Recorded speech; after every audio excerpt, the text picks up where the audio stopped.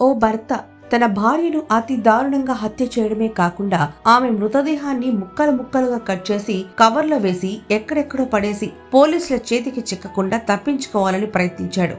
ఈ ఘటన Rachakonda commissionerate Medipally police station పరిధిలో జరిగింది. వికారాబాద్ జిల్లా కామారెడ్డిగూడకు చెందిన స్వాతి 22 ఏళ్ల అలియాస్ జ్యోతి అనే యువతి అదే గ్రామానికి చెందిన సామల మహేందర్ రెడ్డిని ప్రేమించి పెళ్లి చేసుకుంది. ఈ ప్రేమ జంట జీవనోపాధి కొరకు గత 25 రోజుల క్రితం హైదరాబాద్ నగరానికి వచ్చి బోడుప్పల్లోని బాలాజీనగర్లో అద్దెకుంటున్నారు.